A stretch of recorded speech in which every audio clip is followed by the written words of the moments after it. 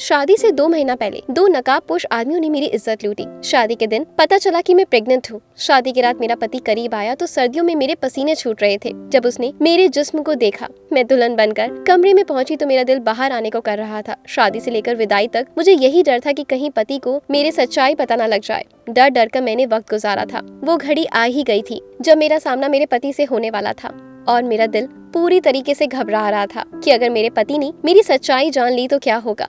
वह सच्चाई मैंने दुनिया वालों से तो एक तरफ मैंने अपने घर वालों से भी छुपा रखी थी। दरवाजा खुलने की आवाज से मेरा शरीर कांपने लगा। मेरा पति चलता हुआ मेरे पास आया और मुझे देखने लगा। मुझे उसके यूं देखने से काफी ज्यादा डर लग रहा था। मेरे पति मेरे सामने बैठ गया और उसने मेरा घूंघट उठा दिया। मैं उस वक्त बाकी दुल्हनों की तरह शर्माने की बजाय डर के मारे कांपने लगी। मुझे देखकर मेरे पति तारीफ करने लगा। हालांकि मेरे पति ने मुझे शादी से पहले भी देखा था। हमारी शादी 3 महीने पहले हो चुकी थी, लेकिन विदाई 3 महीने बाद हुई। हर लड़कियों की तरह मेरे भी काफी अरमान थे। हालात अगर सही रहते तो मैं भी दुल्हन की तरह शर्म आती, लेकिन 1.5 महीने पहले जो मेरे साथ हादसा हुआ उसने मेरी हंसती खेलती जिंदगी बर्बाद कर दी। मेरा दिल दुनिया से और जीने से उठ गया था। मैं हर वक्त डर के जी रही थी। मेरे पति मुझसे बात कर रहे थे और बातें करते करते उनकी नजरें मेरे शरीर पर पड़ी और बातें करते उन्होंने मुझे गौर से देखना शुरू कर दिया। और अचानक उन्होंने मुझे एक अजीब सी बात कही जिसने मुझे फिर से सूली पर लटका दिया।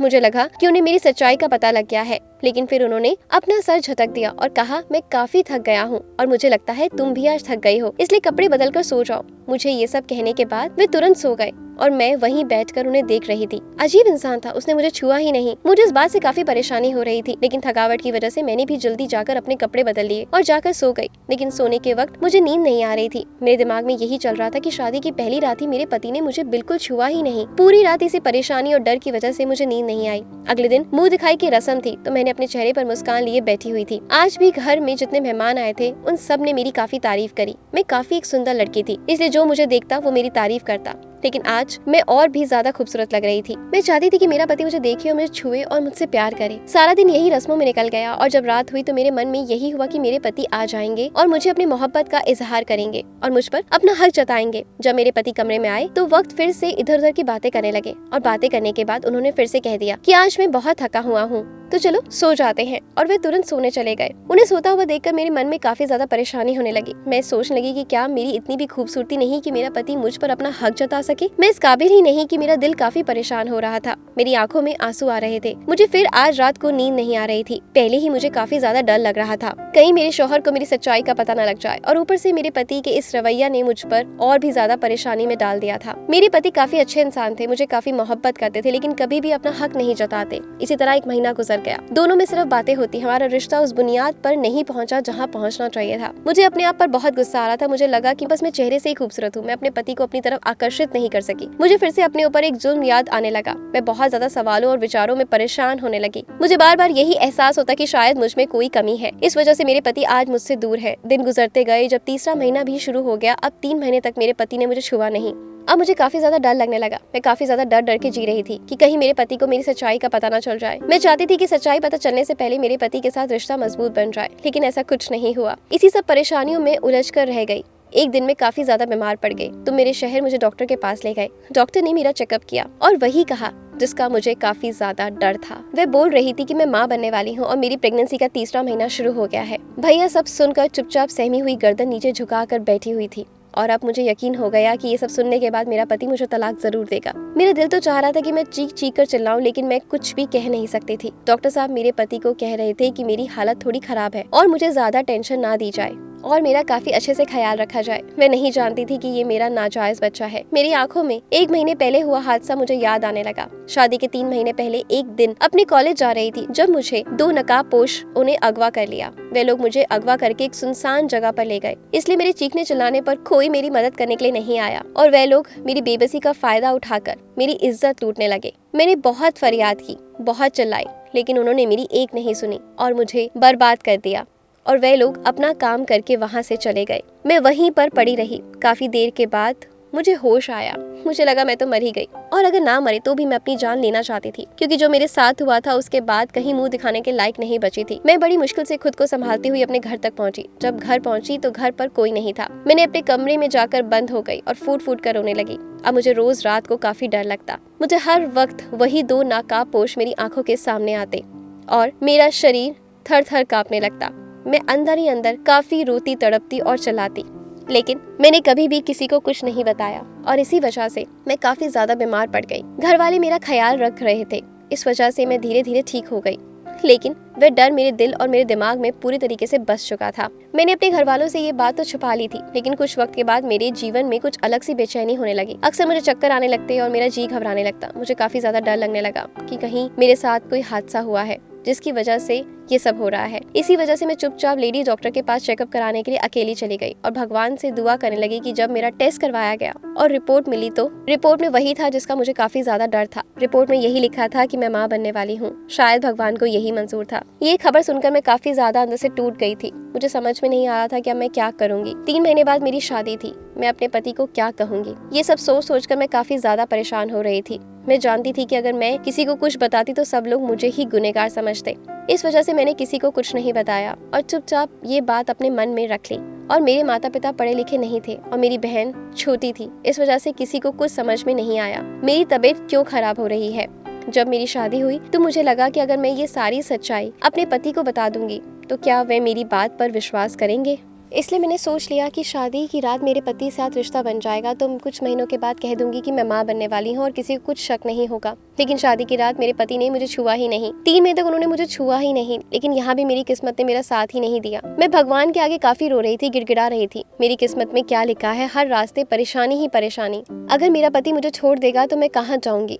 मेरा पति मुझसे काफी मोहब्बत करता है, लेकिन उन्होंने कभी मुझ पर अपना हक नहीं जताया और अब डॉक्टर ने उसे सच्चाई बता दी। अब मैं जानती थी कि मेरे घर जाकर जो मेरे शौहर है मुझे काफी गलत कुछ कहेंगे और मुझे तलाक दे देंगे। मेरे पति चुपचाप मुझे घर वापस ले गए और जाने के बाद वे मुझे कमरे में ले गए। कमरे में जाने के बाद खुद को मजबूत कर रही थी, लेकिन हैरत वाली बात तो तब हुई जब दोपहर से लेकर शाम तक और शाम से लेकर रात तक मेरे पति ने मुझसे एक बात कुछ भी नहीं कही, बल्कि ना ही कुछ पूछा, बल्कि उल्टा वे मुझे आराम करने के लिए कहने लगे। ये सब देखकर मुझे लग रहा था कि मैं कोई सपना देख रही हूँ। आखिर कौन मर्द ये सब बर्दाश्त कर सकेगा कि उसकी पत्नी किसी और के बच्चे की माँ बनने वाली है। वे अपनी बीवी की प्रेगनेंसी के बारे में सुन चुके थे जिसे उन्होंने कभी छुआ ही नहीं था, लेकिन उन्होंने मुझसे कुछ नहीं कहा। फिर भी मैं शांत थी। ऐसा कहा होता कि ये सब सोचकर मैं बहुत ज्यादा परेशान हो रही थी। मुझे यकीन होने लगा कि मेरे पति मोहब्बत के जो दावे करते थे वे सच में मुझसे करते हैं। बस वक्त यूं ही गुजरने लगा और वे मेरा काफी ज्यादा ख्याल रखने लगे। मेरे लिए खाना, दवाई, सब कुछ मेरे लिए वे खुद करते। यहाँ तक कि उन्होंने अपने माँ बाप को भी किसी को कुछ नहीं बताया ये बच्चा उनका नहीं है। मेरे पति का इतना ख्याल रखने पे मैं काफी सुकून महसूस कर रही थी। इस वजह से प्रेगनेंसी के दिन में मैं काफी ज्यादा शांति से गुजारे। ना ही मैंने कोई टेंशन ली और बेफिक्र होकर आराम से अपनी जिंदगी गुजार रही थी। फिर मैंने अपनी शादी के 7 महीने बाद एक बच्चे को जन्म दिया। मुझे अपने बच्चे की किस्मत पर भी अफसोस हो रहा था कि वो नाजायज था और इसकी किस्मत में उसे बाप की मोहब्बत नहीं थी।